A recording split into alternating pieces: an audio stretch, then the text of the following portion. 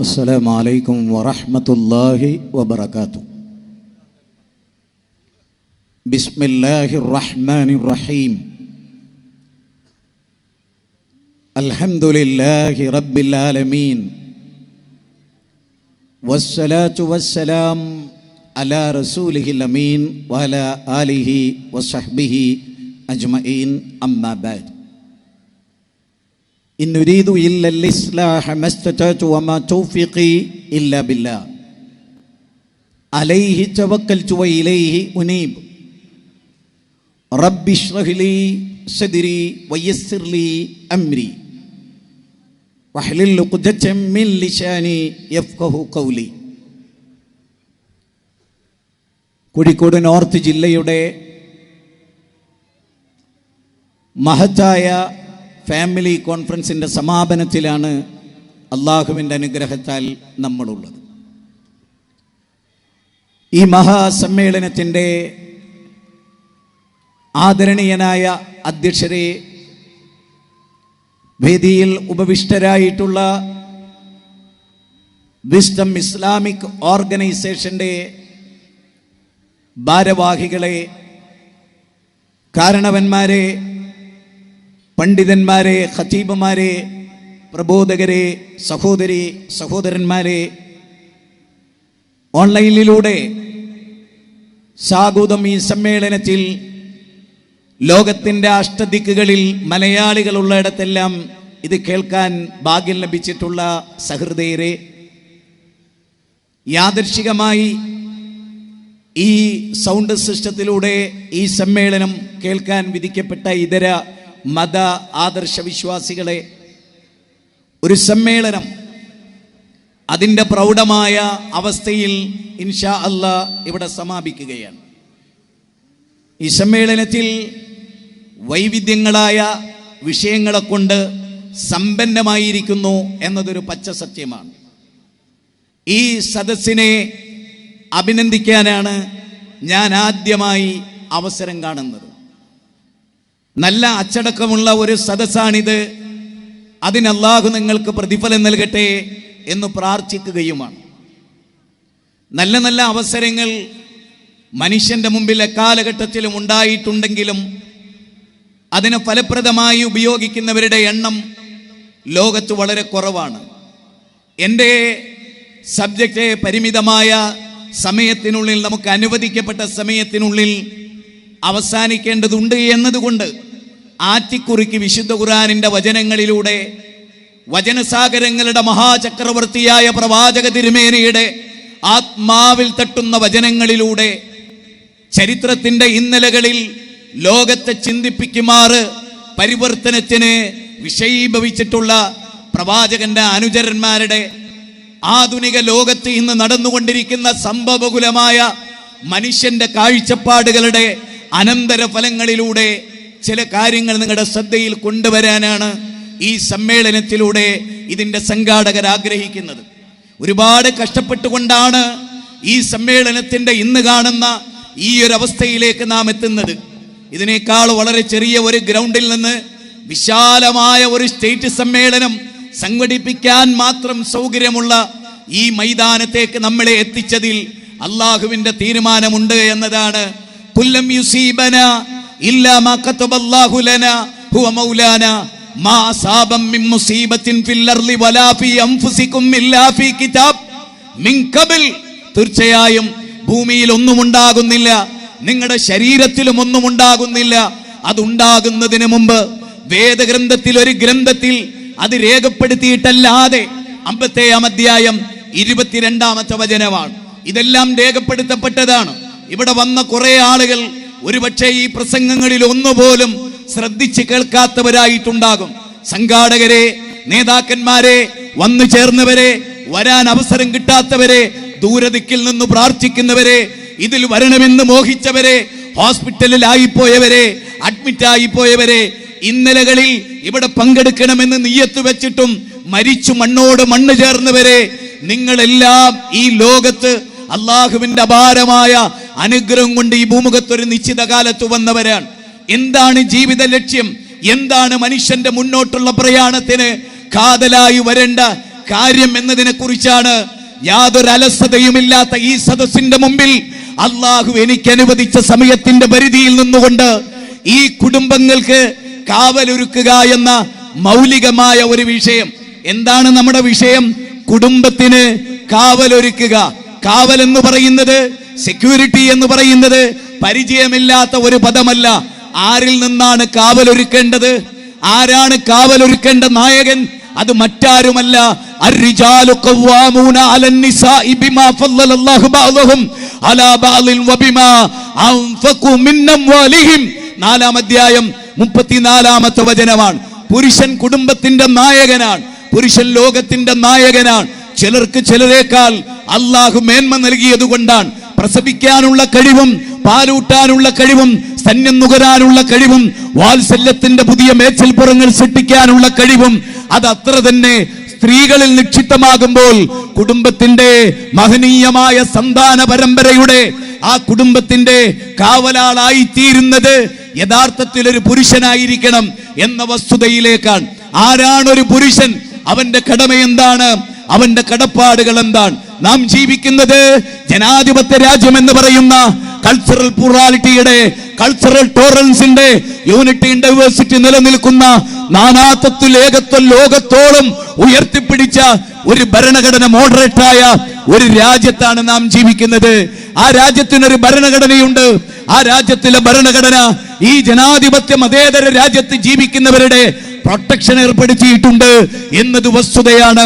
ഈ രാജ്യത്തിന്റെ അതിര് കാക്കുന്ന പട്ടാളം അവർ കാവലേകുന്നുണ്ട്.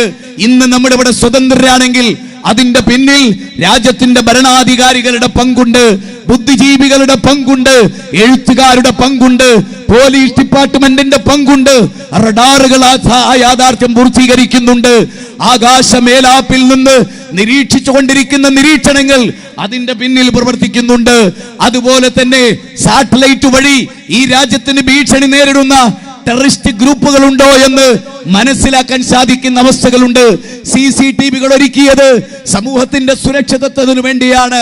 ആരാണ് വീടാക്രമിക്കാൻ വരുന്നത് എന്ന് നോക്കാൻ നമ്മൾ കാവൽ പട്ടികളെ നിർത്തുന്നുണ്ട്.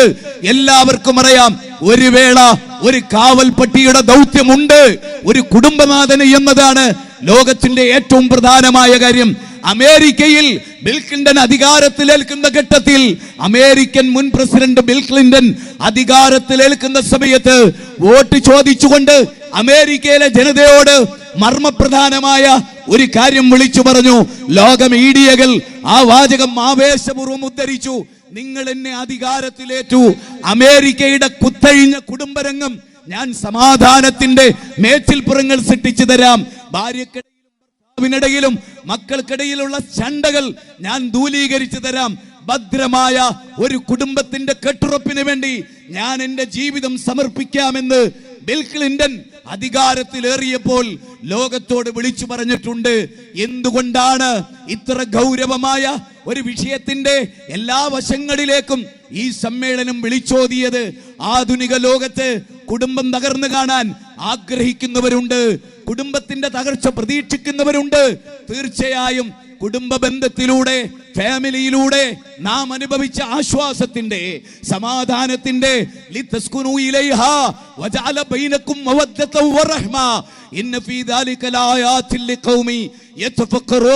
സമാധാനമുണ്ടാകണം. ഭാര്യയെ നോക്കുമ്പോൾ കൺകുളിർമയുണ്ടാകണം, മക്കളെ നോക്കുമ്പോൾ കൺകുളിർമയുണ്ടാകണം. വാർദ്ധക്യത്തിലെത്ത ബാപ്പാനെ കാണുമ്പോ എന്നെ വളർത്തിയ എന്റെ പിതാവാണെന്ന ബോധം മക്കളുടെ മനസ്സിലൂടെ കടന്നു പോകണം. നിങ്ങളൊക്കെ ഓൾഡ് മാനാണ്, ഞങ്ങളൊക്കെ ന്യൂജനാണ് എന്നതല്ല. ബാപ്പാ, നിങ്ങളാണ് എന്നെ വളർത്തിയതിൽ നിർണായകമായ പങ്ക് വഹിച്ചത്. എനിക്ക് വേണ്ടി പ്രവാസ ലോകത്ത് മാതാപിതാക്കളെ മറന്നത്, അല്ലെങ്കിൽ അവരെ വിട്ടു നിൽക്കേണ്ടി വന്നത്, അവരുടെ മരണവേളയിൽ മയ്യത്ത് നിസ്കരിക്കാൻ പോലും എന്റെ പ്രിയപ്പെട്ട ബാപ്പാ നിങ്ങൾക്ക് വരാൻ കഴിയാതെ പോയത് ഭാര്യയുടെ ഉത്തരവാദിത്തം ഏറ്റെടുത്തുകൊണ്ടാണ്, മക്കളുടെ ഉത്തരവാദിത്തം ഏറ്റെടുത്തത് കൊണ്ടാണ്, നിങ്ങളുടെ ജീവിതം ഞങ്ങൾക്ക് വേണ്ടി സമർപ്പിച്ചത് കൊണ്ടാണ് ഞാൻ IAS കാരനായത്, ഞാൻ IPS കാരനായത്, ഞാൻ MBBS കാരനായത്, ആകാശത്തിലെ പറവകളെ കുറിച്ച് പഠിക്കുന്ന പക്ഷിശാസ്ത്രകാരനായത്, ലോകം കണ്ട ബിസിനസ്സുകാരനായത്. അതെന്റെ പ്രത്യേകത. ബാപ്പ, നിങ്ങളുടെ അധ്വാനമാണ്.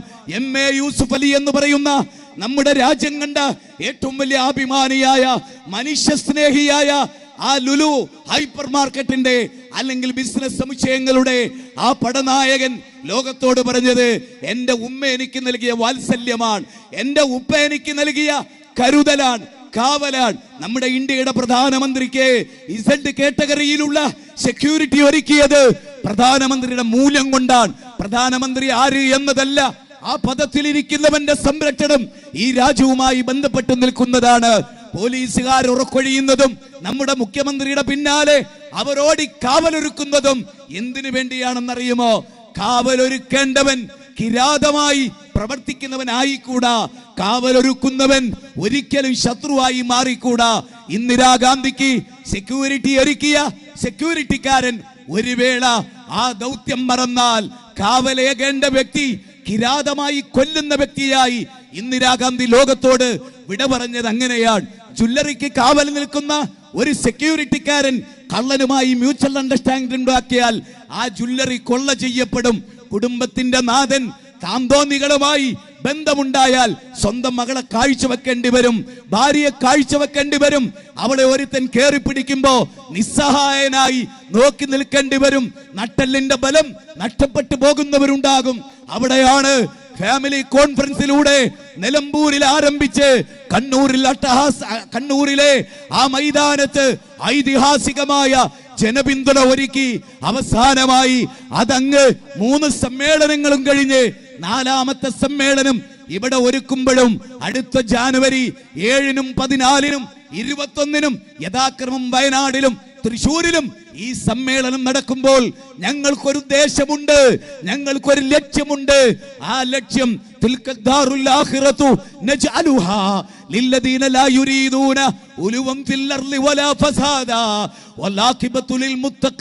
സൂറത്ത് ഖസസിന്റെ 83-ാമത്തെ വാചകമാണ്.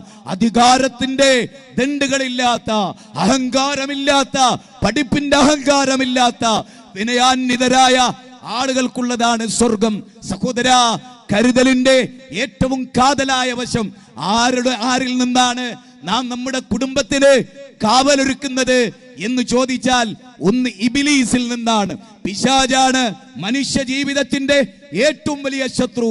വിശുദ്ധ ഖുർആൻ സൂറത്ത് ബഖറയിൽ വളരെ ഗൗരവമായി ലോകത്തോട് 208-ാമത്തെ വചനത്തിൽ പറഞ്ഞത്, യാ അയ്യുഹല്ലദീന ആമനു ദുഖുലു ഫിസ്സിൽമി കാഫ വലാ തത്തബിഉ ഖുതുവാതി ശൈത്താൻ ഇന്നഹു ലക്കും അദുവ്വും മുബീൻ. ആരാണ് മുഖ്യ ശത്രു? ആരാണ് ആജീവനാന്ത ശത്രു? അത് ഇവിടെയുള്ള ഏതെങ്കിലും മുസ്ലിം സമുദായത്തിന്റെ പ്രത്യക്ഷ ശത്രു എന്ന് പറയുന്നവർ നാളെ മിത്രങ്ങളായേക്കാം. അസല്ലാഹു അയ്യജഅല ബൈനക്കും, അല്ല നിങ്ങൾക്കിടയിലും ആർക്കിടയിലാണോ ശത്രുത നിങ്ങളെ മിത്രങ്ങളാക്കും. ഖുർആനിന്റെ 60-ാം അധ്യായം 7-ാമത്തെ വചനമാണ്. പക്ഷേ ഇബ്ലീസ് ഒരു ഘട്ടത്തിലും നമ്മുടെ മിത്രമാകുന്നില്ല. മഹാനായ ഇമാം അഹ്മദ് ബിൻ ഹംബലിനെ മരിക്കാൻ കിടക്കുമ്പോ താൻ തരക്കേടില്ല എന്ന തോന്നൽ അഹ്മദ് ബിൻ ഹംബലിന്റെ മനസ്സിലുണ്ടാക്കാൻ പിശാച് ഹാദിറായെന്നും, മോനെ അബ്ദുള്ള ഞാൻ അതിന്റെ പ്രയാസം അനുഭവിക്കുന്നുണ്ട് മോനെ അബ്ദുള്ള എന്ന് അദ്ദേഹം പറഞ്ഞതായും ചരിത്രത്തിൽ രേഖപ്പെടുത്തപ്പെടുന്നുണ്ട്. ഇന്ന കുലക്കും അജുവും മുബീൻ വകുല്ലി ഇബാദി യഖൂലുല്ലതി ഹിയ അഹ്സൻ. 17-ാം അധ്യായം 53-ാമത്തെ വചനമാണ്. ഖുർആനിലെ സൂറത്ത് ബഖറയിലെ 257-ാമത്തെ വചനത്തിൽ അല്ലാഹു സുബ്ഹാനഹു വ തആല പറഞ്ഞിട്ടുള്ളതും ഈ പിശാച് നിങ്ങളെ ക്ഷണിക്കുന്നത് വെളിച്ചത്തിൽ നിന്ന് ഇരുട്ടിലേക്കാണ്. അതുകൊണ്ട് ഏറ്റവും വലിയ ശത്രു ആദം നബിയെ സ്വർഗത്തിൽ നിന്ന് പുറത്തു കൊണ്ടുവന്ന ശത്രു അവൻ എപ്പോഴും നമ്മുടെ മുന്നിലൂടെയും നമ്മുടെ പിന്നിലൂടെയും നമ്മുടെ വലതുഭാഗത്തുകൂടെയും നമ്മുടെ ഇടതുഭാഗത്തുകൂടെയും നമ്മളെ തിന്മയിലേക്ക് നയിക്കും. ഒരു ഉപ്പാന്റെ ദൗത്യത്തിലെ ഏറ്റവും വലിയ ദൗത്യം, മോനെ നമ്മുടെ ജീവിതത്തിൽ ലക്ഷ്യമുണ്ട് മോനെ എന്ന് പഠിപ്പിക്കുന്നിടത്താണ്. മോനെ നമ്മുടെ ജീവിതത്തിൽ ലക്ഷ്യമുണ്ട് കുട്ടാ എന്ന് ഓമനത്വത്തോടെ അവനെ പഠിപ്പിക്കുന്നതിലാണ് നമ്മുടെ ജീവിതത്തിന്റെ വിഷയം. മോനെ, നിന്റെ ജീവിതം മുന്നോട്ട് പോകുമ്പോൾ നിനക്ക് കൂട്ടുകാരുണ്ടാകും. നാളെ മഹ്ശറയിൽ നീ ചെന്ന് വിലപിക്കുന്ന ഒരു കാര്യം ഇതാണ്, യാ വൈലത്താ ലൈതനി ലമ്മ തഖദു ഫുലാനൻ ഖലീലാ. ഇന്നാലിന്നവനെ കൂട്ടുപിടിച്ചത് കൊണ്ടാണ് എനിക്ക് ഈ ഗതികേട് സംഭവിച്ചത്.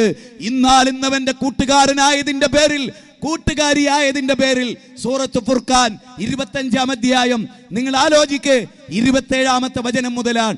അന്നവർ പറയും, ലഖദ് അളല്ലനി അനി ദിക്ർ, ഞങ്ങൾക്ക് ഉത്ബോധനം വന്നു കിട്ടിയിരുന്നു, ഞങ്ങൾ സമ്മേളനത്തിൽ പോയിരുന്നു, പക്ഷേ ക്യാമ്പസിലെത്തി ഒരു വിദ്യാർത്ഥി സംഘടന ഞങ്ങളെ ക്ഷണിച്ചു. എന്തിലേക്ക്? ജെൻഡർ ന്യൂട്രാലിറ്റി എന്ന ആശയത്തിലേക്ക്, ലിബറലിസം എന്ന ആശയത്തിലേക്ക്. ഞങ്ങൾ അറിയാതെ ഞങ്ങളെ തട്ടമഴിച്ചു, ഞങ്ങളുടെ മാറ് കാണിക്കാൻ തുടങ്ങി, ഞങ്ങളുടെ ശരീരത്തിന് വിലയില്ലാതായി. മൈ ബോഡി മൈ ചോയ്സ് എന്ന മുദ്രാവാക്യം ഞങ്ങൾ മുഴക്കി. നിനക്കെന്താ ഞങ്ങൾ കേടുവന്നാൽ എന്ന് ഞങ്ങൾ ചോദിക്കാൻ തുടങ്ങി. അതുകൊണ്ട് യാ വൈലത്താലൈതനി ലമ്മത്തഖദ് ഫുലാനൻ ഖലീല, ഇന്നാലിന്നവരെ കൂട്ടുപിടിച്ചത് കൊണ്ടാണ് ഈ ഗതികേട് സംഭവിച്ചത്. ലഖദ് അളല്ലനി അന ദിക്ർ ഇദ് ജാഅനി, അവിടെയും പറയുന്നത് വകാന ശൈത്താൻ, പിശാച് ഞങ്ങളെ വഴിതെറ്റിച്ചു കളഞ്ഞു എന്നാണ്. മഹാനായ ആദം നബിയുടെ വേദനകളിൽ ഒന്ന് ആ സ്വർഗലോകത്ത് നിന്ന് ഇബ്ലീസിന്റെ കുതന്ത്രം കാരണം പുറത്തേക്ക് പോന്നു എന്നുള്ളതാണ്. സഹോദരാ, ശൈത്താനെ കുറിച്ചുള്ള ജാഗ്രതയെ കുറിച്ചാണ് ആധുനിക ലോകത്ത് ഏറ്റവും കൂടുതൽ പഠിപ്പിക്കേണ്ടത്. കേരള നദുബത്തുൽ മുജാഹിദീന്റെ മുൻ പ്രസിഡന്റ് ഡോക്ടർ ഉസ്മാൻ സാഹിബിന്റെ മുഖ്യ ശത്രു എന്ന പുസ്തകം ഈ കുടുംബിനികളെ, കുടുംബക്കാരെ, കുടുംബനാഥന്മാരെ നിങ്ങൾ വായിക്കണം. അദ്ദേഹം പറയുന്നുണ്ട്, മുഖ്യ ശത്രു അമേരിക്കയല്ല, മുഖ്യ ശത്രു ബ്രിട്ടീഷ് അല്ല, മുഖ്യ ശത്രു സംഘപരിവാരങ്ങളല്ല, മുഖ്യ ശത്രു ഇബ്ലീസാണ്. നിതാന്തമായ ജാഗ്രതയാണ്. വീട്ടിലേക്ക് കയറുമ്പോൾ ബിസ്മി ചൊല്ലി കയറുമ്പോൾ പിശാചിനെയാണ് കെട്ടിയിടുന്നത്. അഊദു ബില്ലാഹ്, ശപിക്കപ്പെട്ട പിശാചിൽ നിന്ന് ശരണം തേടുന്നു എന്ന് പറയുമ്പോ ഈ കാവലിനെ തേടലാണ്. ഈ കാവലിനെ തേടൽ ഒന്നാമതായി നടക്കേണ്ടത് മക്കളെ തൗഹീദ് പഠിപ്പിച്ചുകൊണ്ടാണ്.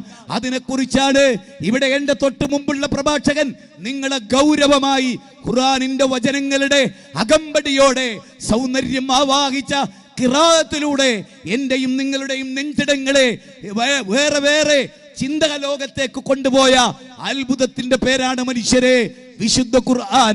ആ ഖുർആനിൽ ഒന്നാമതായി പറയപ്പെടുന്ന നിതാന്തമായ ജാഗ്രത ശിർക്കിനെ കുറിച്ചാണ്. യാ ബുനയ്യ എന്ന വിളി 10 വയസ്സിൽ താഴെയുള്ള കുട്ടിയോടാണ്. 10 വയസ്സിൽ താഴെയുള്ള കുട്ടിയോട് പറയുന്ന ആ വാചകം, യാ ബുനയ്യ, എന്റെ പൊന്നുമോനെ, ഇന്ന ശിർക ലദുൽമുൻ അദീം, മോനെ, അല്ലാഹുവിൽ പങ്കു ചേർക്കുക എന്നത് ഭയാനകരമായ തിന്മയാണ് മോനെ. അതാരാ പഠിപ്പിക്കേണ്ടത്? ഇതാ എന്റെ മോനെ, ഉസ്താദേ നിങ്ങളൊന്ന് ഉപദേശിക്കണേ എന്നല്ല. ലുഖ്മാനുൽ ഹക്കീം ഒരു നബിയുടെ അടുത്തേക്കല്ല മകനെ കൊണ്ടുപോയത്. ചേർത്ത് നിർത്തി, തൊട്ടടുത്ത് നിർത്തി, ചാരത്ത് നിർത്തി, തലോടി സ്നേഹിച്ചു പറഞ്ഞു, യാ ബുനയ്യ, എന്റെ പൊന്നുമോനെ, എന്റെ പൊന്നുമോനെ, ലോകത്തിലെ ഏറ്റവും വലിയ പാതകം, ഒരിക്കലും പൊറുക്കാത്ത പാതകം, പരമകാരുണികനായ റബ്ബ് വിട്ടുവീഴ്ച കാണിക്കാത്ത പാതകം, ലോകത്തിലെ ഏറ്റവും വലിയ തിന്മ മോനെ, അത് ശിർക്കാണ് കേട്ടോ, അത് ചെയ്യരുത് മോനെ. ഇവിടെ ഇരിക്കുന്ന സ്റ്റേജിലുള്ളവരോടും സദസ്സിലുള്ളവരോടും ഞാൻ ചോദിക്കുന്നു, മൗലവിയുടെ പ്രസംഗം കേൾപ്പിച്ചിട്ടുണ്ടാവാം, പക്ഷേ സ്വന്തം മക്കളെ, തന്റെ പൊന്നുമോനോടുള്ള സ്നേഹം ഒരു ബാപ്പാക്കുള്ളത്ര വേറൊരാൾക്കുണ്ടാകുമോ? ബാപ്പാന്റെ കെയറിംഗ് ലോകത്ത് വേറൊരാൾക്കുണ്ടാകുമോ? മോനെ, അത് ചെയ്യരുതേ എന്ന്. സഹോദരങ്ങളെ, ഞാൻ എൻ്റെ ഉമ്മയെ ഇവിടെ ഇരുന്നു കൊണ്ട് ഓർക്കുകയായിരുന്നു.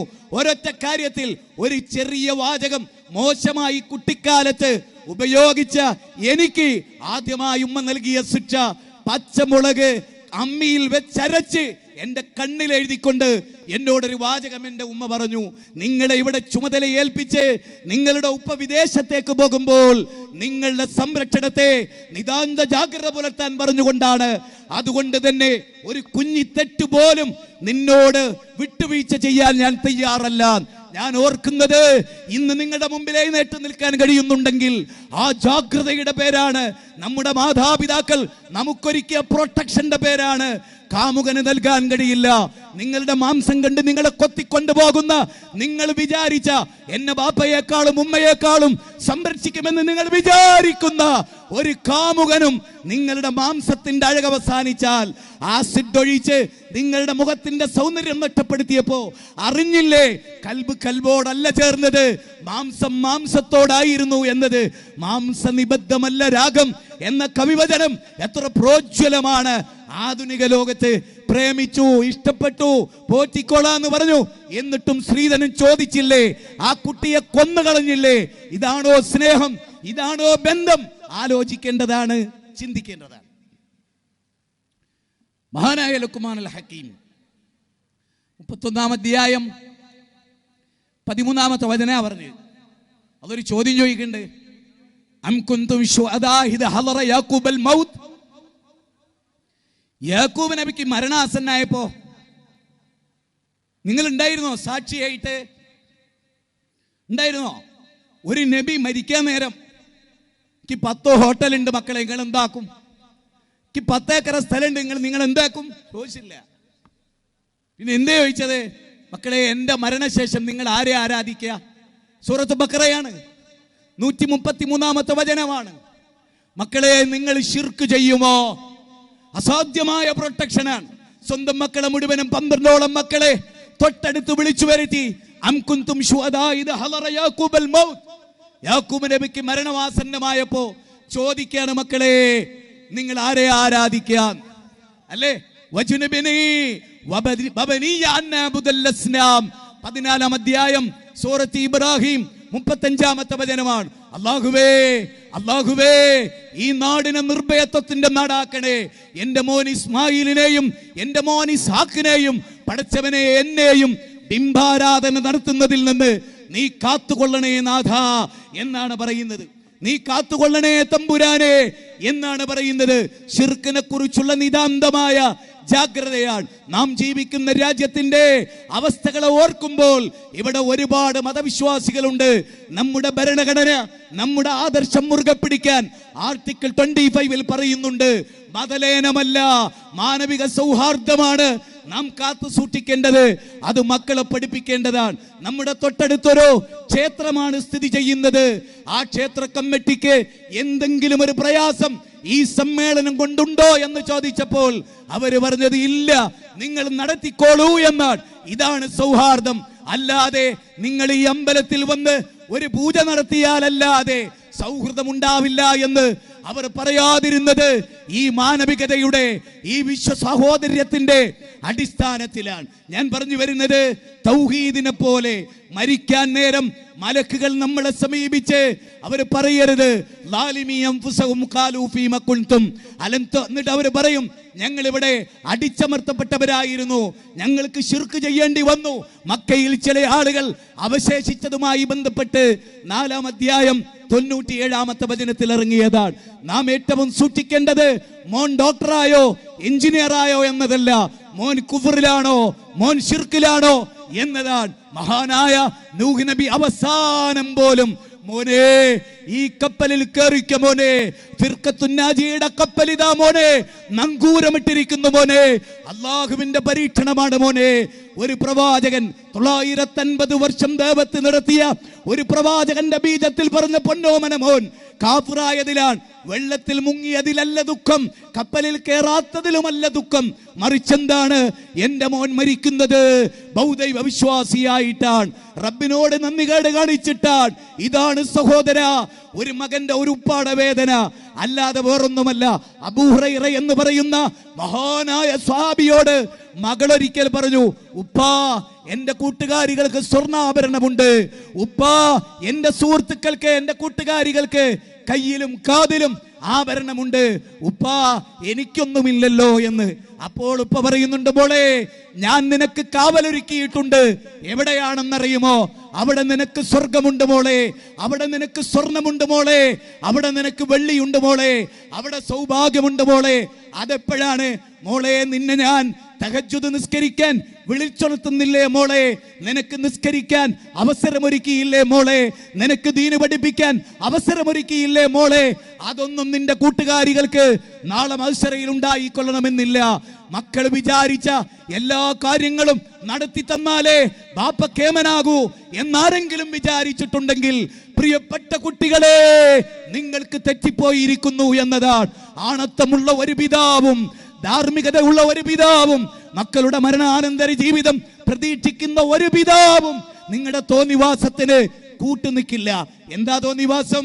എനിക്ക് കല്യാണം വേണ്ട, എനിക്ക് വേറെയൊന്നും വേണ്ട, എനിക്ക് ലൈംഗികത മതി എന്ന് പ്രഖ്യാപിക്കുന്ന പല ക്ലിപ്പുകളും ഇവിടെ ഉണ്ട് എനിക്ക് നിങ്ങളെ കേൾപ്പിക്കാൻ. പക്ഷേ നമ്മുടെ സമയം വളരെ കുറവായതുകൊണ്ട് ബോധപൂർവം ദുഃഖത്തോടെ ഞാൻ അത് ഒഴിവാക്കുകയാണ്. കാതൽ എന്ന് പറയുന്ന സിനിമ വന്നു.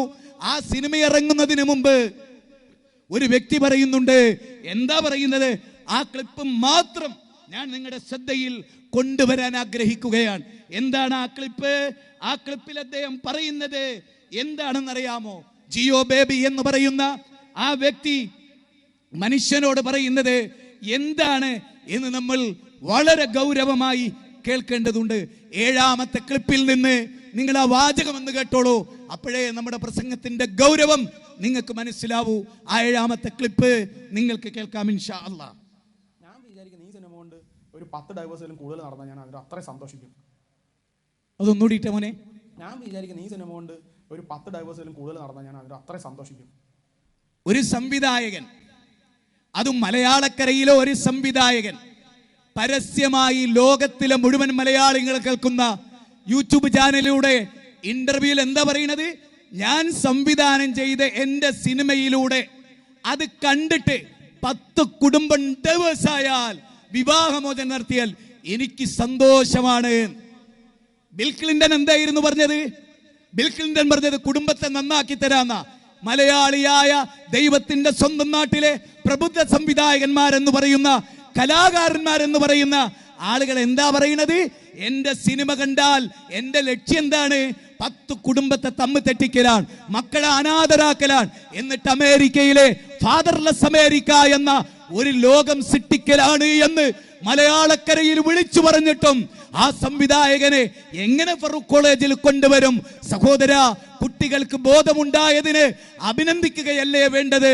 അയാൾ പറയുന്നത് എന്തൊക്കെ കാര്യങ്ങളാണ് എന്ന് ശരിക്കും നമ്മൾ കേട്ടാൽ, സാമ്പിളിന് ഒരു ക്ലിപ്പ് കൂടി ഞാൻ അദ്ദേഹത്തിൻ്റെത് കേൾപ്പിക്കാം. ഈ ഫാമിലി കോൺഫറൻസ് അത് ആവശ്യപ്പെടുന്നു എന്നതുകൊണ്ടാണ് ആ ക്ലിപ്പ്, 4ാമത്തെ ക്ലിപ്പ് നിങ്ങളൊന്ന് ശ്രദ്ധിച്ചു കേട്ടു നോക്കിക്കേ. ഇപ്പം എക്സ്ട്രാ മാരിറ്റൽ അഫെയർ എന്ന് പറയുന്ന ഒരു സംഗതി, ഞാൻ ഒരാളെ കൊന്നു എന്ന് വന്ന് എൻ്റെ പാർട്ട്ണറുടെ അടുത്ത് പറയുമ്പോൾ എനിക്ക് അങ്ങനെ സംഭവിച്ചു പോയെന്ന് പറഞ്ഞാൽ ചിലപ്പോൾ പാർട്ട്ണർ പറയായിരിക്കും സാരമില്ല, നമുക്ക് ഇതിൽ നിന്ന് രക്ഷപ്പെടാനുള്ള കാര്യങ്ങൾ ആലോചിക്കാം. ഇതേ പാർട്ട്ണറുടെ അടുത്ത് ഞാൻ ഒരാളെ സ്നേഹിക്കുന്നു എന്ന് പറഞ്ഞാൽ ഇതേ പാർട്ട്ണർ ചിലപ്പോൾ നമ്മളെ കൊല്ലും.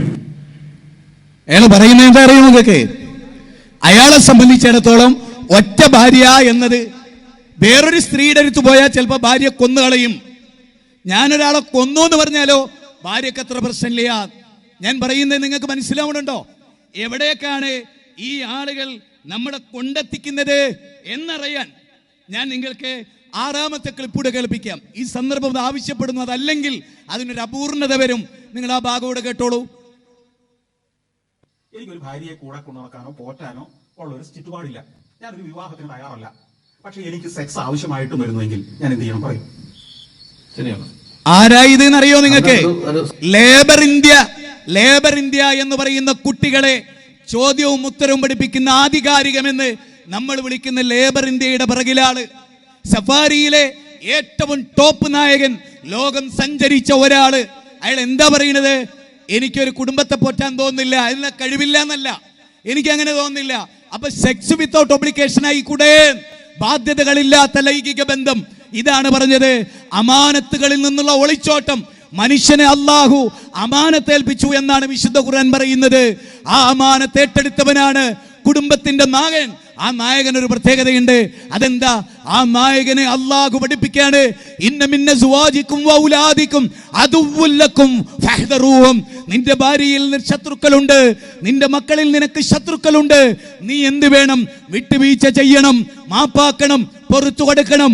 ഭാര്യമാർ നമുക്ക് ബുദ്ധിമുട്ടാകുന്ന നിമിഷങ്ങളുണ്ട്, ഭർത്താക്കന്മാർ ഭാര്യമാർക്ക് പ്രയാസമുണ്ടാക്കുന്ന ഘട്ടങ്ങളുണ്ട്. എല്ലാം ശരിയാണ്. 1ാമത്തെ കാര്യം ഞാൻ പറഞ്ഞു, പിശാചിൽ നിന്നുള്ള രക്ഷയൊരുക്കലാണെങ്കിൽ.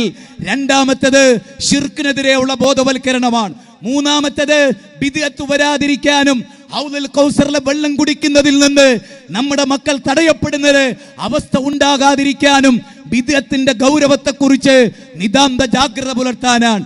പിന്നെ വരുന്നത് യുക്തിവാദികളും നിരീശ്വരവാദികളും.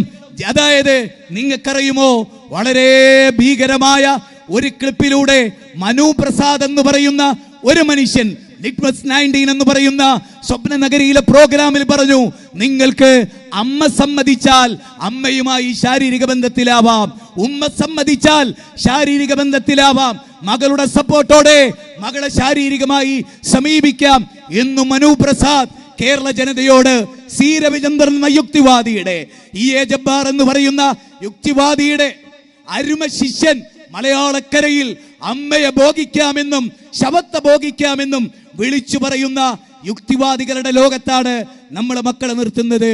നോക്കൂ, അള്ളാഹുവിന്റെ റസൂൽ മക്കളോട് ബിസ്മി ചൊല്ലാനും അവനവന്റെ ഭാഗത്തുനിന്ന് ഭക്ഷണം കഴിക്കാനും കരുതലിന്റെ പാഠം പഠിപ്പിച്ചു. പൊതുമുതലിൽ നിന്ന് ആ ഈത്തപ്പഴം എടുത്തപ്പോ മോനെ തുപ്പിക്കട മോനെ, തുപ്പിക്കട മോനെ എന്ന് പറഞ്ഞ് വായിലേക്ക് കൈയിട്ട് അവന്റെ വായിൽ നിന്ന് അനുവദിക്കപ്പെടാത്ത ഭക്ഷണം അവനെ പഠിപ്പിച്ചു കൊടുക്കുകയാണ്. ഹലാലുണ്ട് മോനെ, ഹറാമുണ്ട് മോനെ, ഹറാമ് പാടില്ല മോനെ.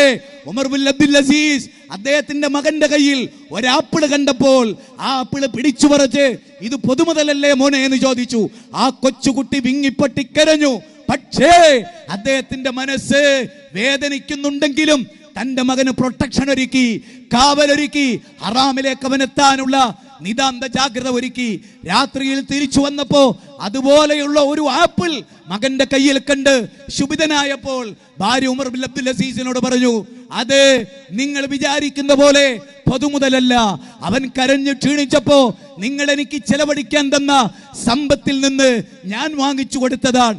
ആ സമയത്ത് കുടുംബത്തിന് കാവലേകുന്ന ഉമർ ബിൻ അബ്ദുൽ അസീസ് എന്ന പിതാവ്, രാഷ്ട്രനായകൻ, രണ്ടാം ഉമർ എന്ന് വിളിക്കപ്പെട്ട ലോകത്തിലെ നേതാവ്, സക്കാത്ത് സിസ്റ്റമാറ്റിക്കലായി ലോകത്ത് നടപ്പാക്കിയ മഹാനുഭാവൻ, ഹദീസുകളുടെ ക്രോഡീകരണത്തിന് നിതാന്ത സംഭാവന അർപ്പിച്ച ഭരണാധികാരി ഉമർ ബിൻ ഖത്താബ് റളിയല്ലാഹു അൻഹുവിന്റെ പൊന്നോമന പുത്രന്റെ ആ ബീജത്തിലൂടെ ജനിച്ച് ലോകത്ത് നിലനിൽക്കുന്ന മഹാനായ അഥവാ ആശയപരമായി മനുഷ്യരുടെ മനസ്സിൽ ഇന്നും കോൾമയിൽ കൊള്ളിക്കുന്ന ചരിത്രമുള്ള ഉമർ ബിൻ അബ്ദുൽ അസീസ് ഭാര്യയോട് പറഞ്ഞു, എടി അവന്റെ കയ്യിൽ നിന്ന്, ആ കുഞ്ഞുമോന്റെ കയ്യിൽ നിന്ന് ആ ആപ്പിള് പറിച്ചെടുക്കുമ്പോൾ എന്റെ കരള് പറിക്കുന്ന വേദനയുണ്ടായിരുന്നു. പക്ഷേ എന്റെ കുഞ്ഞുമോൻ ഹറാമ് ചെയ്യരുത് എന്നതുകൊണ്ടാണ്. പ്രിയപ്പെട്ടവരെ, അബൂ ദുജാന എന്ന് പറയുന്ന മഹാനായ സ്വഹാബി സുബൈ നമസ്കാരം കഴിഞ്ഞ് എഴുന്നേറ്റ് പോവുകയാണ്. പലവരും എഴുന്നേറ്റ് പോയപ്പോ ആളുകൾ ചോദിച്ചു, എങ്ങോട്ടാ ദിക്റില്ലാതെ ദുആ ഇല്ലാതെ എങ്ങോട്ടാ പോണത് എന്ന ചോദ്യത്തിന് അദ്ദേഹത്തിന്റെ മറുപടി ഇതായിരുന്നു, എന്റെ അയൽപ്പക്കത്തൊരു ഈത്തപ്പനയുണ്ട്, അത് നിറയെ ഈത്തപ്പഴമുണ്ട്, ആ ഈത്തപ്പഴം എന്റെ മുറ്റത്താണ് വീഴുക. എന്റെ പൊന്നു മക്കളെങ്ങാനും ആ ഈത്തപ്പഴം എടുത്തു തിന്നാൽ അത് ഹറാമാണല്ലോ. സഅദ് ഇബ്നു അബീ വഖാസ് പറയുകയാണ്, ഞാൻ ജീവിതത്തിൽ ഹറാമ തിന്നിട്ടില്ല. അബൂബക്കർ സിദ്ദീഖ് ഒരിക്കൽ ഒരു ജ്യോത്സ്യൻ കൊടുത്ത ഭക്ഷണം യാഥാർത്ഥ്യമറിയാതെ കഴിക്കുകയും യാഥാർത്ഥ്യമറിഞ്ഞപ്പോൾ വായിലേക്ക് കൈയിട്ട് ഛർദിക്കുകയും ചെയ്തു. ഇവിടെ ഇരിക്കുന്ന ഭാര്യമാരോട് ഞാൻ ഒരു കാര്യം പറയുന്നു. ഭാര്യമാരുടെ, സഹാബികളുടെ ഭാര്യമാർ ഭർത്താക്കന്മാരോട് ജോലിക്ക് പോകുമ്പോ പറഞ്ഞതായി ഞാൻ വായിച്ച ഓർമ്മകളിൽ നിന്ന് ഒരു വാചകം പറയാം. ഭർത്താവ് മുറ്റത്തിറങ്ങി നിൽക്കുമ്പോ ഉമ്മറപ്പടിയിൽ വന്ന് ഭാര്യ പറയുമായിരുന്നു, ഇതാ നോക്കിക്കേ, നിങ്ങൾ ഞങ്ങളുടെ കൺവെട്ടത്തല്ല, ഞങ്ങളുടെ കണ്ണിൽ നിന്ന് മറഞ്ഞ് മറ്റൊരു ലോകത്താണ് നിങ്ങൾ ജോലി ചെയ്യുന്നത്. നിങ്ങൾ വൈകുന്നേരം ഞങ്ങൾക്കുള്ള ഭക്ഷണവുമായി വന്നാൽ അത് ഹലാലാണോ ഹറാമാണോ എന്ന് ഞങ്ങൾക്കറിയില്ല. ഹറാം, അതുകൊണ്ട് ഹറാമിനെ സൂക്ഷിക്കണേ. ഇവിടെ ഇരിക്കുന്ന സഹോദരിമാരെ, ജീവിതത്തിൽ എപ്പോഴെങ്കിലും ഭർത്താവിനോട് ചോദിച്ചിട്ടുണ്ടോ, ഇത് ഹറാമാണോ, ഇത് ഹലാലാണോ, പാടുള്ളതാണോ എന്ന് നമ്മൾ ചോദിച്ചിട്ടുണ്ടോ? യാ ബുനയ്യ അഖിമിസ്സലാ, മോനെ നിസ്കാരം നിലനിർത്തണേ മോനെ നിനക്ക് 7 വയസ്സായി, അബ്ദു നിനക്ക് 8 വയസ്സായി, മോനെ നിസ്കരിക്കണേ എന്ന് ഒരു പിതാവ് എന്ന നിലയിൽ എനിക്ക് പറയാൻ സാധിച്ചിട്ടുണ്ടോ? ലുക്മാനുൽ ഹക്കീം പഠിപ്പിച്ചത് 31-ാം അധ്യായം 17-ാമത്തെ വചനത്തിലാണ്. സൂറത്ത് ഇബ്രാഹിമിലെ വചനത്തിൽ മഹാനായ ഇബ്രാഹിം നബി പറഞ്ഞു, പടച്ചവനെ, ഇന്ദ ബൈത്തിക്കൽ മുഹറം, ഈ പള്ളിയുടെ സമീപത്ത് എന്റെ മോനെ നിർത്തി. വിജനമാണ്, ജലസ്രോതസ്സില്ല, ജനവാസമില്ല, ചീവീടുകളുടെ ശബ്ദം മാത്രമാണ്. പക്ഷേ എന്റെ മോൻ നിസ്കരിക്കുന്നവനാകണം. നബിയേ, അയ്യുല്ലാമാലു അഹബ്ബു ഇലല്ലാഹി തആല, അല്ലാഹുവിന് ഏറ്റവും ഇഷ്ടപ്പെട്ട കർമ്മം ഏത്? അത് നിസ്കാരമാണ്. ഭാര്യയോട് ചോദിച്ചോ, എടീ നീ നമസ്കരിച്ചോ? മോളെ നീ നമസ്കരിച്ചോ? മോനെ നീ നമസ്കരിച്ചോ? നിനക്ക് ഖുർആൻ അറിയുമോ? നീ ഓതാറുണ്ടോ? വദുകുർന മാ യുത്ലാ ഫീ ബുയൂതികുന്ന മിൻ ആയാത്തില്ലാഹി വൽ ഹിക്മ, നിങ്ങളുടെ ഭവനത്തിൽ വെച്ച് പാരായണം ചെയ്യപ്പെടുന്ന ഖുർആനും സുന്നത്തും നിങ്ങൾ ഓർക്കണേ എന്ന് 33-ാം അധ്യായം 34-ാമത്തെ വചനമാണ്. മോനെ, ഖുർആനിനോളം എളുപ്പമുള്ള ഒരു പഠനവും വേറെയില്ല മോനെ. എന്നിട്ട് പറഞ്ഞു കൊടുക്കണം, യാ ബുനയ്യ ഇന്നഹാ ഇൻ തകും മിസ്കാല ഹബ്ബ, മോനെ നിന്റെ മൊബൈലിൽ സ്വകാര്യ ബന്ധങ്ങൾ ഉണ്ടെങ്കിൽ, നിന്റെ കൂട്ടുകെട്ടിൽ സ്വകാര്യ ബന്ധമുണ്ടെങ്കിൽ, നിന്റെ സ്കൂളുകളിൽ നിനക്ക് കാമുകിയുണ്ടെങ്കിൽ, മോനെ നീ കഞ്ചാവടിക്കുന്നുണ്ടെങ്കിൽ, സാധുവായ നിന്നെ പോറ്റാൻ കഷ്ടപ്പെടുന്ന മൊബൈലിന്റെ എല്ലാ വശവും അറിയാത്ത ഈ ബാപ്പാക്ക് അത് അറിഞ്ഞുകൂടാ മോനെ. പക്ഷെ അല്ല പുറത്തു കൊണ്ടുവരും മോനെ. ഇന്നല്ലാഹ ലത്തീഫുൻ ഖബീർ, അല്ല ലത്തീഫാണ് മോനെ, അല്ല സൂക്ഷ്മമായി അറിയുന്നവനാണ്. ഇന്നഹു അലീമും ബിദാത്തി സുദൂർ, ഫോണ് വാങ്ങാം ഉമ്മയോട്, ലോക്ക് ഒഴിക്കാം ഉമ്മയോട്, അതിൽ നിങ്ങൾ ആർക്ക് ചാറ്റ് ചെയ്യുന്നു അത് നിങ്ങൾക്ക് ഡിലീറ്റ് ചെയ്യാം. പക്ഷേ മാ യൽഫിദു മിൻ ഖൗലിൻ ഇല്ലാ ലദൈഹി റഖീബുൻ അതീദ്, സൂറത്ത് ഖാഫ് 16-20 വരെയുള്ള വചന. അതാ മക്കളെ പഠിപ്പിച്ചു കൊടുക്കേണ്ടത്. ഇബ്രാഹിം നബി അലൈഹിസ്സലാം ചോദിച്ചു, മോനെ ഇന്നല്ലാഹ ഇസ്തഫാ ലക്കുമുദ്ദീൻ, ആദം മഹാനായ ഇബ്രാഹിം നബി യാക്കൂബ് നബിയും മക്കളോട് ചോദിച്ചു, മക്കളെ ഏറ്റവും ബെറ്ററായ മതം ഇസ്ലാം അല്ലേ? യുക്തിവാദമാണോ നിരീശ്വരവാദമാണോ? എന്നിട്ട് പറഞ്ഞു, പൊന്നുമക്കളെ ഫലാ തമൂതുന്ന ഇല്ലാ വഅൻതും മുസ്ലിമൂൻ. ഇനി നിങ്ങൾ ചിന്തിക്കൂ, ഞാൻ വൈൻഡപ്പ് ചെയ്യുമ്പോൾ 5 മിനിറ്റ് കൊണ്ട് ഈ പ്രഭാഷണം വൈൻഡപ്പ് ചെയ്യുമ്പോൾ കാതലായ ചില വിഷയങ്ങൾ പറഞ്ഞുകൊണ്ട് അവസാനിപ്പിക്കട്ടെ. വീട്ടിൽ മക്കൾക്ക് പഠിക്കാൻ ഖുർആനുണ്ടോ? നേരത്തെ പറഞ്ഞ ഖുർആനിക വചനപ്രകാരം ഖുർആനും ഹദീസും പഠിക്കുന്ന വീടാകണം. സഹാബത്തിന്റെ വീടതാ മദീനയുടെ തായ്വരയിൽ ഒരു മൂളക്കമായിരുന്നു. അൽ ഖുർആനു റബീഅ ഖൽബി, ഖുർആൻ എൻ്റെ ഹൃദയത്തിന്റെ വസന്തമാണ്. ലൗ അൻസൽനാ ഹാദൽ ഖുർആന അലാ ജബലിൻ ലറഅയ്തഹു ഖാശിഅ, ഭയപ്പെട്ടുകൊണ്ട് പർവ്വതത്തിലാണ് ഈ ഗ്രന്ഥം ഇറക്കിയതെങ്കിൽ അത് ഭയപ്പാടുകൊണ്ട് വീണു പോകുമായിരുന്നു. ഒരു കാര്യം കൂടി ഞാൻ പറഞ്ഞുകൊള്ളട്ടെ, അത് സ്ത്രീകളോടാണ്. അതെന്താണെന്നറിയുമോ? നിങ്ങളുടെ ഭർത്താക്കന്മാരെ കുറിച്ച് നിങ്ങൾ ഗൗരവമായി ഓർക്കേണ്ട ഒരു കാര്യമുണ്ട്. നിങ്ങളുടെ ആവശ്യങ്ങൾ വളരെ കൂടുതലാണ്. ആധുനിക ലോകത്ത് ഓരോന്ന് കാണുമ്പോഴും അതൊക്കെ വേണമെന്ന് നിങ്ങൾക്ക് തോന്നാം. നിങ്ങൾ ഭർത്താവിനെ സ്നേഹിക്കുന്നവരാണെങ്കിൽ ആവശ്യം നീണ്ടുകൊണ്ടേയിരിക്കും. പക്ഷെ നിങ്ങൾ ഒന്ന് ഓർക്കണം, നിങ്ങളെ പോറ്റാൻ വേണ്ടി ഒരു വിനോദത്തിലും ഏർപ്പെടാത്ത നിങ്ങളുടെ ഭർത്താവ്, നിങ്ങളില്ലാത്ത ഒരു ലോകത്ത് ജീവിച്ചിട്ടില്ലാത്ത ഭർത്താവ്, നിങ്ങൾ എവിടെയെങ്കിലും പോയാൽ 5-10 തവണ വിളിക്കുന്ന നിങ്ങളുടെ ഭർത്താവ്, നിങ്ങൾക്ക് വീടൊരുക്കി തന്ന ഭർത്താവ്, നിങ്ങൾക്ക് ഡ്രസ്സ് വാങ്ങി തന്ന ഭർത്താവ്, നിങ്ങൾക്ക് ഇഷ്ടമുള്ള ഭക്ഷണം വാങ്ങിച്ചു തന്ന ഭർത്താവ്. ഒരു ഭർത്താവിന്റെ ബാധ്യത എണ്ണിപ്പറഞ്ഞ കൂട്ടത്തിൽ റസൂൽ പഠിപ്പിച്ചതാ. എങ്കിൽ നിങ്ങൾ ഓർക്കണം, ഞാൻ ഭർത്താവിനോട് പലതും ആവശ്യപ്പെടുക വഴി അദ്ദേഹത്തിന് വിഷമമുണ്ടോ, ക്ഷീണമുണ്ടോ, കടബാധ്യതയുണ്ടോ? എന്തുകൊണ്ട്? 2 ദിർഹം കടബാധ്യതയുള്ള ഒരു മനുഷ്യനെ മസ്ജിദ് നബവിയിൽ കൊണ്ടുവച്ചു. അയാളൊരു പിതാവാണല്ലോ, കുടുംബത്തിന് കാവലൊരുക്കിയ ഒരു സ്വഹാബിയാണല്ലോ. പക്ഷേ ആ സ്വഹാബി 2 ദീനാർ കടബാധ്യത ഉള്ള ആളായതുകൊണ്ട് അള്ളാഹുവിന്റെ റസൂല് മയ്യത്ത് നിസ്കരിച്ചില്ല. നിങ്ങളുടെ ഭർത്താക്കന്മാരെ നിങ്ങളുടെ വീടിന്റെ പരിസരത്തെ പള്ളികളിൽ കൊണ്ടുപോയി വെച്ച് നിങ്ങളുടെ ഭർത്താക്കന്മാരുടെ മയ്യത്ത് നിസ്കരിക്കാൻ ഇമാമ് വിസമ്മതിക്കുമാറ് നിങ്ങളുടെ ഭർത്താവിന്റെ കടബാധ്യത നിങ്ങൾ കാരണമാണെങ്കിൽ, നിങ്ങൾ ധൂർത്തടിച്ചത് കൊണ്ടാണെങ്കിൽ നിങ്ങൾക്കും ആ കുറ്റമുണ്ട് എന്ന് ഞാൻ ഓർമ്മപ്പെടുത്തുകയാണ്. അപ്പുറത്തെ കൊട്ടാരം കണ്ടിട്ടല്ല ഭർത്താവിന്. അള്ളാഹു ആരെയും ഒരേപോലെ ആക്കിയിട്ടില്ല. അതെ, അംബാനിയും ബിൽഗേറ്റ്സും അല്ല നമ്മുടെ ഭർത്താക്കന്മാർ. അവരുടെ ബാധ്യത അള്ളാഹുവിനോടാണ്. ആ ബാധ്യത അവർ നിർവഹിക്കുന്നു, അതുപോലെ നിങ്ങളോടും. എന്നാൽ ഈ ബാധ്യതകളൊന്നും നിർവഹിക്കാതെ ഭാര്യമാരെ ബുദ്ധിമുട്ടിക്കുന്ന ഭർത്താക്കന്മാരില്ലേ? ഉണ്ട്. അവർക്ക് കാവലൊരുക്കാത്തവരില്ലേ?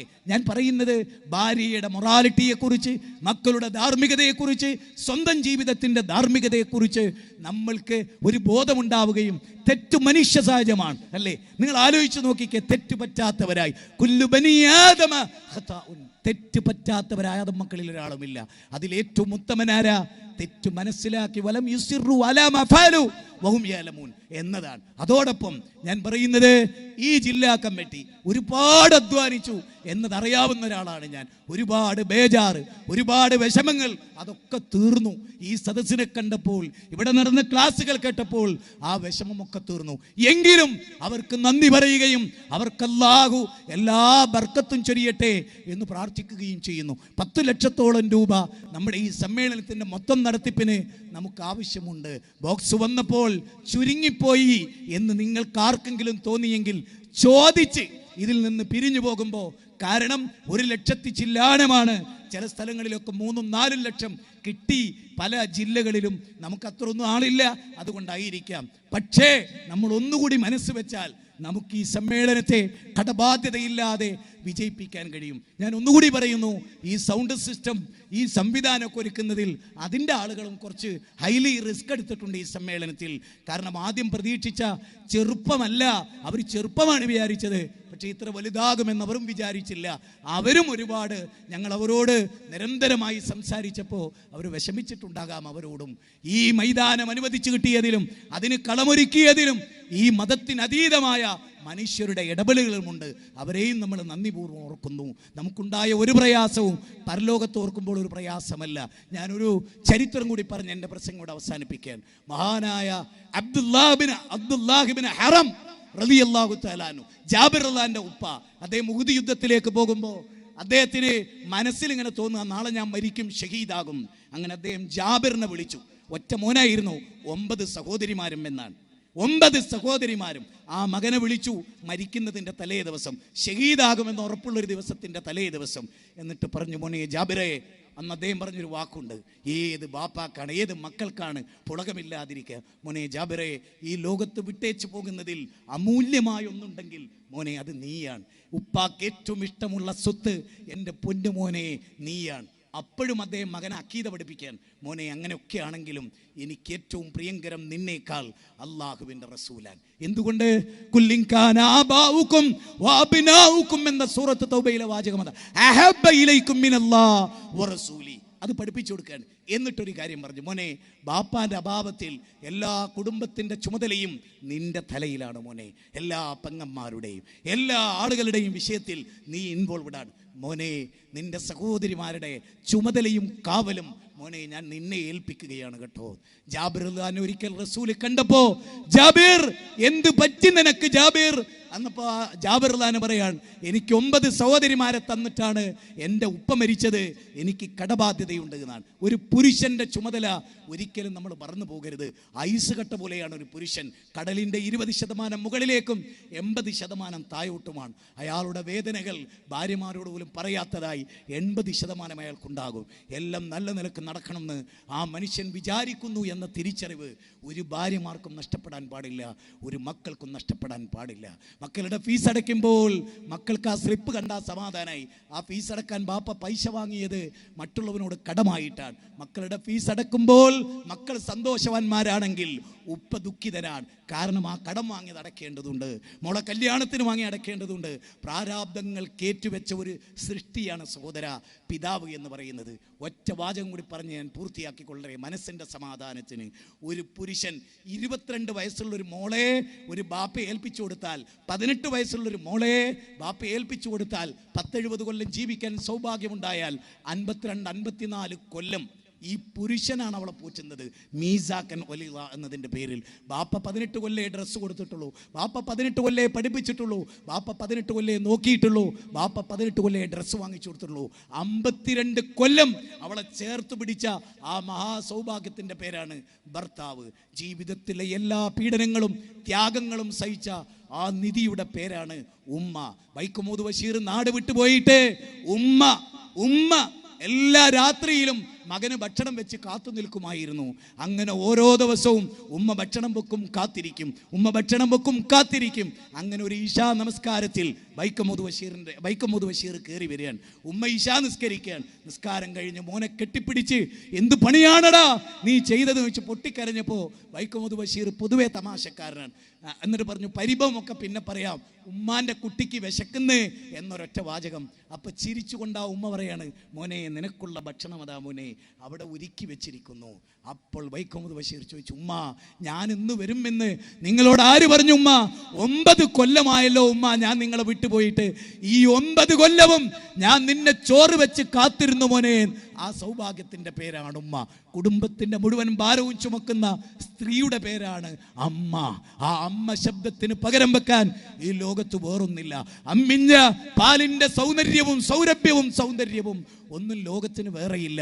ആ പാല് നുകർന്നുറക്കൊഴിഞ്ഞ് രാത്രി ഭർത്താവ് ഉറങ്ങുമ്പോഴും ഉറങ്ങാതെ മക്കളോട് വെറുപ്പില്ലാതെ കാഷ്ടവും മൂത്രവും ചുമക്കുന്ന ആ സൗഭാഗ്യത്തിൻ്റെ പേരാണ് ഉമ്മ.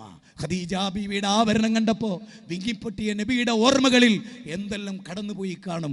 ഈ ഫാമിലി കോൺഫറൻസ് സാർത്ഥമാകണം. ഈ ഫാമിലി കോൺഫറൻസ് അതിൻ്റെ ലക്ഷ്യത്തിലെത്തണം. എനിക്കൊന്നേ പറയാനുള്ളൂ, ഇന്ത്യയുടെ പാർലമെന്റിൽ എഴുതി വെച്ച ഇന്നല്ലാഹ ലാ യുഗയ്യിറു മാ ബിഖൗമിൻ ഹത്താ യുഗയ്യിറു മാ ബിഅൻഫുസിഹിം. ഒരു ജനത സ്വയം മാറ്റത്തിന് തയ്യാറാകാത്ത കാലത്തോളം ഒരിക്കലും മാറൂല. അതുകൊണ്ട് സുഹൃത്തുക്കളെ, പൂക്കിപ്പറമ്പിലെ ബസ് അപകടം നടന്നപ്പോൾ ഒരു മുജാഹിദ് ചെറുപ്പക്കാരൻ ഭാര്യയെയും കുഞ്ഞിനെയും പുറത്തേക്കിട്ടു. എന്തിന്? അഗ്നിയിൽ നിന്ന് രക്ഷപ്പെടുത്താൻ. നോക്കൂ, അയാളുടെ ശ്രമവും കാവലും എന്താ? ഞാൻ സ്വയം മരിച്ചിട്ടാണെങ്കിലും എൻ്റെ ഭാര്യയെ ഞാൻ രക്ഷപ്പെടുത്തും, എൻ്റെ കുഞ്ഞുമോനെ ഞാൻ രക്ഷപ്പെടുത്തും. അങ്ങനെ അയാൾ പൂക്കിപ്പറമ്പിലെ ബസ് അപകടത്തിൽ ഈ 2 പേരെയും രക്ഷപ്പെടുത്തി. സ്വയം അദ്ദേഹം ജീവൻ കൊടുത്തു കുടുംബത്തെ സംരക്ഷിക്കാൻ. എന്നാൽ ഈ ബാപ്പാനെ കുറിച്ചും ഇതുപോലെയുള്ള ബാപ്പമാരെ കുറിച്ചും പരലോകത്തൊരു രംഗം പറയുന്നുണ്ട്. ആ ആയത്ത് കേട്ടുകൊണ്ട് നമുക്ക് പിരിയാം. ആയത്ത് എന്താണെന്നറിയോ? വലാ യസ്അലു ഹമീമുൻ ഹമീമാ. അതെ, എന്താ അവിടെ പറയണെന്നറിയോ? ഒരു ഉറ്റബന്ധുവും ഒരു ഉറ്റബന്ധുവിനെ അവിടെ നോക്കൂല. എന്നിട്ട് അല്ലാഹ് പറയാണെന്ത്? ഫലാ യസ്അലു ഹമീമുൻ ഹമീമ യുബസ്സറൂനഹും യവദ്ദുൽ മുജ്രിം ലൗ യഫ്തദി മിൻ അദാബി യൗമിദിൻ ബിബനി. ആയത്ത് പറയണെന്നറിയോ? സ്വന്തം മോളെ നരകത്തിലിട്ടോ, സ്വന്തം മോനെ നരകത്തിലിട്ടോ, എൻ്റെ ഭാര്യനെ നരകത്തിലിട്ടോ, എൻ്റെ പ്രിയപ്പെട്ട ഉമ്മയെ നരകത്തിലിട്ടോ, എൻ്റെ ഉപ്പാനെ നരകത്തിലിട്ടോ, ഈ ലോകത്തെ മുഴുവൻ ജനങ്ങളെയും നരകത്തിലിട്ടോ, എന്നെ രക്ഷപ്പെടുത്തിക്കൊണ്ടാണ് ഈ കുടുംബത്തിന് കാവലിരുന്ന മനുഷ്യൻ പറയുന്ന മരണാനന്തര ജീവിതം. എങ്കിൽ പറയൂ, നേരത്തെ ഇവിടെ ഉദ്ധരിച്ച സ്വലഹമിൻ നാബാഇഹിം വഅസ്വാജിഹിം വദുർരിയാതിഹിം യദ്ഖുലൂന അലൈഹാ മിൻ കുല്ലി ബാബ്. കുടുംബത്തോടെ സ്വർഗത്തിലേക്ക്. സൂറത്ത് റാദിന്റെ 21 മുതൽ 26 വരെയുള്ള വചനമാണ്. എന്നിട്ട് അല്ലാഹ് പറയാണ്, കല്ലാ ഇന്നഹാ ലല്ലാ നസാഅത്തൽ ലിശവാ. തലയോട്ട് ഉരിച്ചു കളയുന്ന നരകമാണ്. അതുകൊണ്ട് നമുക്കിന്ന് ഒരു പ്രതിജ്ഞ എടുക്കാം. ഇവിടെ വന്നവർ സൗഭാഗ്യവാന്മാർ, ഇവിടെ വരാതെ ഇത് കേട്ടവരും ഭാഗ്യവാന്മാർ, നാളെ ഈ പ്രഭാഷണങ്ങൾ വീണ്ടും കേൾക്കുന്നവർ ഭാഗ്യവാന്മാർ. എനിക്കൊരു അപേക്ഷയുണ്ട്. ഇതിൻ്റെ സംഘാടകരും ഇവിടുത്തെ വലണ്ടിയർമാരും ഈ ഇവിടെ നടന്ന എല്ലാ പ്രസംഗങ്ങളും നാളെ മുതൽ കേട്ടു തുടങ്ങണം. ഇവിടെ വന്ന നിങ്ങളും നാളെ മുതൽ കേട്ടു തുടങ്ങണം. കാരണം ഇവിടെ വന്ന് ഒരുപക്ഷെ സ്റ്റേജിലെ അലങ്കാരങ്ങൾ, അതിൻ്റെ സൗന്ദര്യം ഒക്കെ ആസ്വദിക്കുന്നതിനിടയിലോ, കൂട്ടുകാരോട് സലാം പറയുന്നതിനിടയിലോ, ഒരു ചായ കുടിക്കുന്നതിനിടയിലോ ഇവിടെ അവതരിപ്പിക്കേണ്ട വിഷയങ്ങൾ കൽബ് കയറിയിട്ടുണ്ടാവില്ല. ഈ വിഷയങ്ങൾ കൽബിൽ കയറണമെങ്കിൽ ഒറ്റക്കിരുന്ന് കേൾക്ക്, എന്നിട്ട് ഇരുന്ന് ചിന്തിക്ക്, കിടന്നാലോചിക്ക്, എൻ്റെ മരണം ഏത് വിധത്തിലായിരിക്കും. ആ മരിക്കുമ്പോൾ എനിക്ക് യാ അയ്യത്തുവൻ നഫ്സുൽ മുത്മഇന്ന എന്ന അവസ്ഥയുണ്ടായി മരിക്കാൻ കഴിയണം. അതുകൊണ്ട് സാമ്പത്തിക രംഗത്ത്, മക്കളുടെ ധാർമ്മിക രംഗത്ത്, അവർക്ക് മതം പഠിപ്പിക്കുന്നിടത്ത്, അവർക്ക് ഈ ഭൗതികവാദികൾ ഒരുക്കുന്ന കെണിയെക്കുറിച്ച് പഠിപ്പിക്കുന്നിടത്ത് നിതാന്ത ജാഗ്രതയുള്ള ഒരാളായിരിക്കണം ആ കുടുംബത്തിന് കാവലൊരുക്കുന്ന ആൾ. അയാൾക്ക് എല്ലാ അർത്ഥത്തിലും കുടുംബത്തോടൊപ്പം ഇരിക്കാൻ പറ്റണം, മക്കളെ കൂടെ കളിക്കാൻ പറ്റണം, മക്കളെ സ്നേഹിക്കാൻ കഴിയണം. അതായിരുന്നു പ്രവാചകന്മാർ. പ്രാർത്ഥിച്ചു അവർ. അവരുടെ പ്രാർത്ഥന എന്തായിരുന്നു? സ്വാലിഹീങ്ങളായ മക്കളെ തരണേ, എൻ്റെ മക്കളെ നിസ്കാരമുള്ളവരാകണേ. എത്ര സ്ഥലങ്ങളിലാണ് അവരിത് പ്രാർത്ഥിക്കുന്നത്. ഒരു കുടുംബനാഥൻ്റെ പ്രാർത്ഥന എന്താ? റബ്ബി ഔസീനി അൻ നഷ്കുറ നിഅമതകല്ലതി അൻഅംതു അലയ്യ എന്ന് പറഞ്ഞിട്ടാണ്. 46-ാം അധ്യായം 15. പടച്ചോനെ, എൻ്റെ മാതാപിതാക്കൾക്കും എനിക്കും നീ നൽകിയ അനുഗ്രഹത്തിന് നന്ദി കാണിക്കാനും, എൻ്റെ മക്കൾ നല്ല പ്രവൃത്തി ചെയ്തത് കാണാനും, എനിക്ക് കൺകുളിർമയുണ്ടാവാനും. റബ്ബന ഹബ് ലനാ മിൻ അസ്വാജിനാ വദുർരിയാതിനാ. ഭാര്യമാരിലും മക്കളിലും കൺകുളിർമ. സൂറത്ത് ഫുർഖാനിലെ 74-ാമത്തെ വചന. അങ്ങനെ നിരന്തരം പ്രാർത്ഥിച്ചുകൊണ്ട് നമുക്ക് മുന്നോട്ട് പോകാം. ഈ സമ്മേളനത്തിന്, ഈ വിഷയാവതരണത്തിന് എന്നെ ക്ഷണിച്ചതിനുള്ള നന്ദിയും ഞാൻ ഇവിടെ രേഖപ്പെടുത്തുന്നു. സഹോദരങ്ങളെ, സഹോദരിമാരെ, സുഹൃത്തുക്കളെ, മനസ്സ് നിറയെ ഈ ആശയങ്ങൾ ഇട്ടുകൊണ്ട് തീരുമാനമെടുത്തുകൊണ്ട് നാം ഇവിടുന്ന് പോവുക. സർവശക്തൻ നമ്മെ അനുഗ്രഹിക്കുമാറാകട്ടെ. റബ്ബനാ തഖബ്ബൽ മിന്നാ ഇന്നക അൻത സമീഉൽ അലീം വതുബ് അലൈനാ ഇന്നക അൻത തവ്വാബുർ റഹീം. റബ്ബനാ ഇഗ്ഫിർ ലനാ വലിഇഖ്വാനിന الذين سبقونا بالإيمان ولا تجعل في قلوبنا غلا للذين آمنوا ربنا إنك رؤوف رحيم. ربنا آتنا في الدنيا حسنة وفي الآخرة حسنة وقنا عذاب النار. وصلى الله وسلم على نبينا محمد وآله وصحبه أجمعين والحمد لله رب العالمين. السلام عليكم ورحمة الله وبركاته.